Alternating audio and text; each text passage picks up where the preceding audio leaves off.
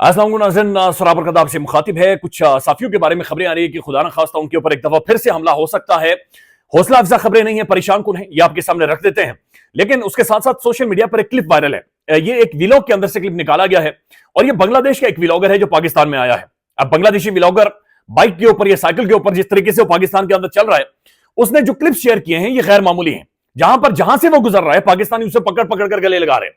यानी उसने जिसे भी बताया कि मैं बांग्लादेश से आया हुआ हूं, लोग उसे मुफ्त खाने खिला रहे हैं, चाय पिला रहे हैं, लोग उसके साथ तस्वीरें बना रहे हैं। बकायदा से बहुत सारी फैमिलीज गाड़ियां रोककर उससे ये पूछ रही हैं कि ये साथ हमारा घर है, आप हमारे घर में ठहरना चाहें, हमारे घर में स्टे करना चाहें, किसी तरह की कोई परेशानी मसला।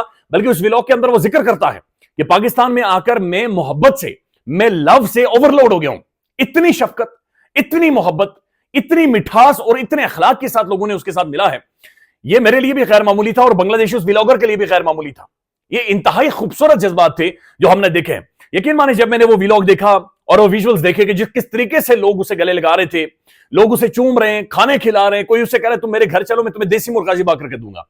तो जो शफकत लोगों ने दिखाई है, यकीन माने उसके बाद मुझे महसूस हुआ कि जो मशरक़ के अंदर हमें बांग्लादेश के बारे में जो पढ़ाया जाता था, या जो नफरत का बीज बाकायदा से सिस्टमैटिक तरीके से बोया गया है, बांग्लादेशी 2 टके के, बांग्लादेशी इनके कद छोटे हैं, इनके रंग काले हैं, ये इंडिया के साथ मिले हुए थे, इन्होंने इंडिया के साथ मिलकर ये किया, ये पाकिस्तान मुखालिफ थे, ये इदारों के मुखालिफ थे। तो एक नफरत को सिस्टमैटिक तरीके से महसूस हुआ, बाकायदा वाया एकेडेमिया, यानी कि किताबों के जरिए, सिलेबस के जरिए हम सबके जहनों में उस नफरत को डाला गया। लेकिन आज जाहिर है सोशल मीडिया है, आज हकीकतें खुलकर आपके सामने आ जाती हैं और जिस तरीके से वो नौजवान यहां पर आया और जो पाकिस्तानियों ने मोहब्बत दिखाई है, ये गैर मामूली है। अवाम हमेशा पुरअमन होती है, अवाम कभी भी किसी से नफरत नहीं करती और पाकिस्तानी हर जगह पर ये पैगाम दे रहे हैं पुरअमन लोग हैं, ये मोहब्बत करने वाले बाअखलाक और पुरअमन लोग हैं, इनकी शऊरी सतह बुलंद हो गई है, ये सियासत को समझते हैं, ये अखलाक को समझते हैं, ये ज़र्फ को समझते हैं और ये एक बड़ी तगड़ी कौम है। बहरहाल किसी ना किसी को तो मसाइल इस शऊर के साथ हैं।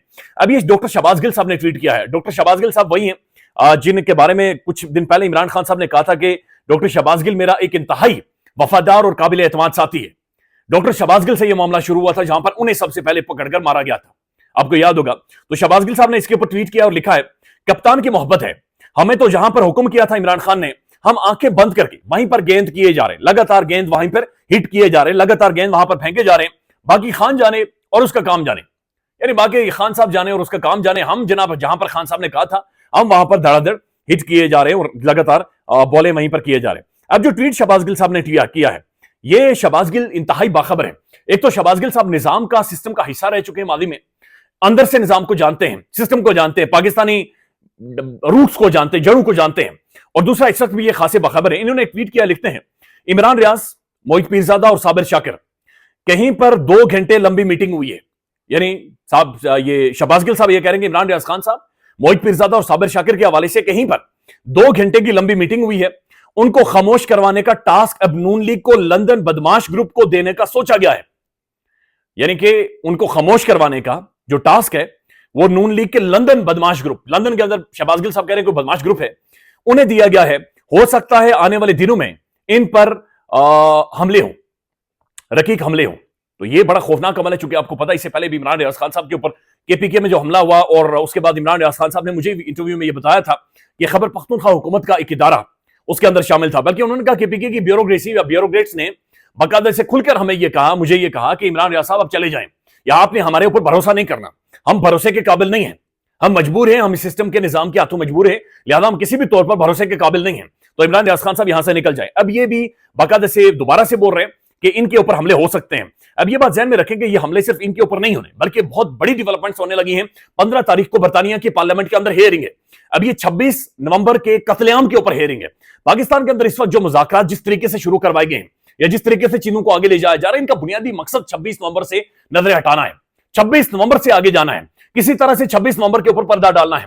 आप सिर्फ नोट करें, गुज़श्ता 1-1.5 महीने में या गुज़श्ता चंद हफ्तों में इमरान खान साहब की जो भी गुफ्तगू हो रही है, उस गुफ्तगू का 80 से 90% हिस्सा इमरान खान सिर्फ और सिर्फ 26 नवंबर के कत्लेआम, जो डी चौक में अवाम को गोलियां मारी गई हैं, इमरान खान का हिस्सा उन्हीं के ऊपर है।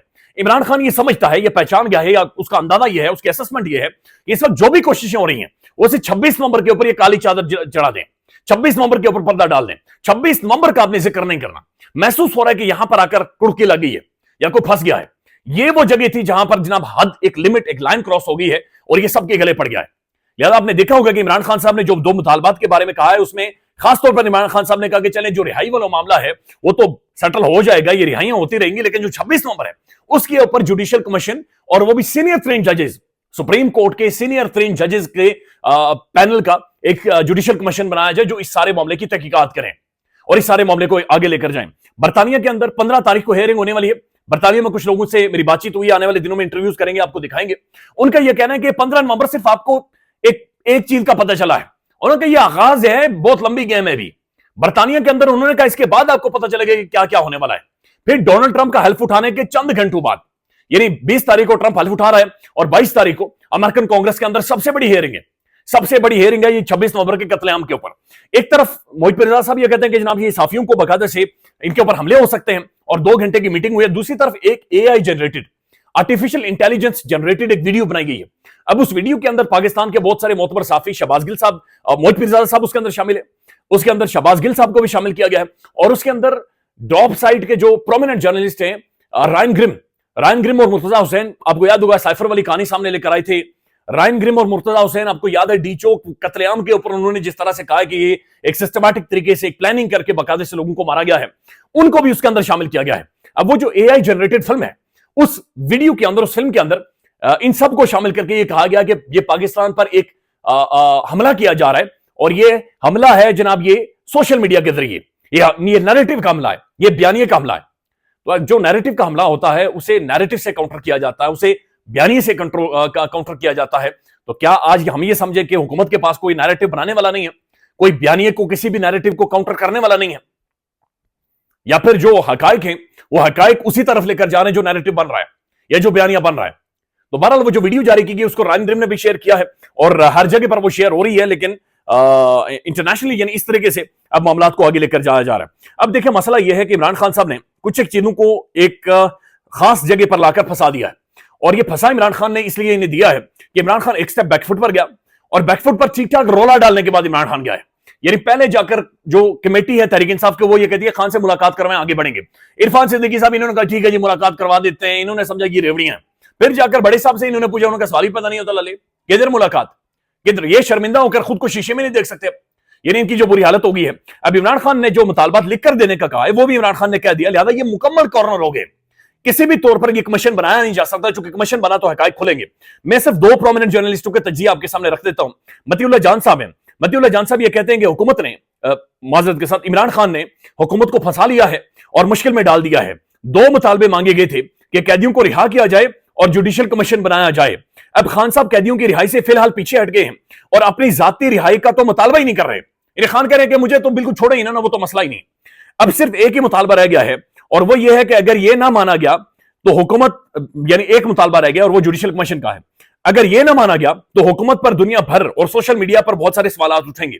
और अगर ये ना माना गया, यानी जुडिशियल कमीशन ना बनाया गया जहां पर लोग मारे गए, लोग कत्ल किए गए, और फिर आप अंदाजा लगा लें कि 9 मई जिसे पाकिस्तान का 9/11 कहा गया, 9 मई जिसके बाद एक पार्टी को दिस्तो नाबूद कर दिया गया, 9 मई जिसके बाद पूरे मुल्क में खिलवाड़, एक ऐसा मॉरल कोलैप्स हुआ कि जिसे ठीक करते करते अगले आधी सदी हमें लग जाएगी। तो अगर ये ना माना गया तो तहरीक इंसाफ के तो ये जो मुतालबात हैं ये एक तहरीक की शक्ल इख्तियार कर लेंगे और खान जेल में बैठकर भी एक बहुत बड़ी तहरीक को शुरू कर लेगा। तो मतीउल्लाह जान साहब ये कह रहे हैं कि ये जो 9 मई जो कमीशन वाला मामला है, ये इमरान खान साहब ने ऐसा महसूस हो रहा है कि एक तहरीक की बुनियाद रख दी है और अगर ये नहीं माने जाते आने वाले चंद दिनों में या चंद घंटों में, या इसके ऊपर जुडिशियल कमीशन नहीं बनता आने वाले 1 हफ्ते में, तो उसके बाद आप देखेंगे कि ये एक तहरीक की शक्ल इख्तियार कर लेगी और फिर ये मुश्किल हो जाएगा। अब इसी तरह की गुफ्तगू नजम सेठी साहब कर रहे हैं। नजम सेठी साहब ये कहते हैं कि इमरान खान की हुकूमत के इमरान खान ने जो हुकूमत को मुतालबात लिख कर दिए हैं, यह बहुत अच्छा फैसला है खान का और इसने हुकूमत को मजीद मुश्किलात में डाल दिया है। इमरान खान ने यह फैसला इसलिए किया ताकि पता चल जाए कि हुकूमत के पास इख्तियारात हैं भी या नहीं है। दो के नहीं है, लेकिन खान ने एक दफा फिर सारी दुनिया को जिनकी आंखों पर पट्टी लगी हुई है उन्हें बताने के लिए कि आप देख लें इनके पास इख्तियारात हैं भी या नहीं है। इमरान खान टॉक फाइट वाली पॉलिसी पर चल रहा है। ये एक तरफ राना सनाउल्लाह साहब हैं, इरफान सिद्दीकी साहब है, वो चीख कर हाथ ये जोड़ रहे हैं इमरान खान साहब के सामने कि ट्विटर पर थोड़ा सा हल्का हाथ रखें, थोड़ा कम बोले, खान साहब थोड़े लहजे में नरमी लेकर 4 दिन खामोश रहे, 5 दिन खामोश रहे। दूसरी तरफ इमरान खान साहब ने ट्विटर के ऊपर वो गुफ्तगू शुरू की हुई है जो वो अडयाला जेल में साफियों से करते हैं, जो उनके ट्विटर से रिपोर्ट होती है और फिर ग्लोबली या इंटरनेशनली जाती है, उसने तो बिल्कुल बखियां उधेड़ कर रखी हुई हैं। और दूसरी तरफ अब यह मामला है कि जहां पर बाकायदे से फंसा लिया गया है, और अब जुडिशियल क्वेश्चन अगर नहीं बनता तो फिर क्या होगा, वो आपके सामने मौजूद है। ख्याल रखिएगा, अपडेट करेंगे। बीबीसी ने एक आर्टिकल लिखा मरीम साहबा के ऊपर कि मरीम साहबा ये अपना बयानिया लेकर आ रही है या एस्टेब्लिशमेंट का। तो ये भी बड़ा इंटरेस्टिंग है कि जमहूरी हुकूमत आज वो एस्टेब्लिशमेंट का बयानिया या एस्टेब्लिशमेंट का एक नैरेटिव लेकर चल रही है। ये भी एक अलमिया है जो कि शरीफ खानदान के सरी जाता है कि ना वो किस तरह से खेलते हैं और किस तरह की पॉलिटिक्स करते हैं।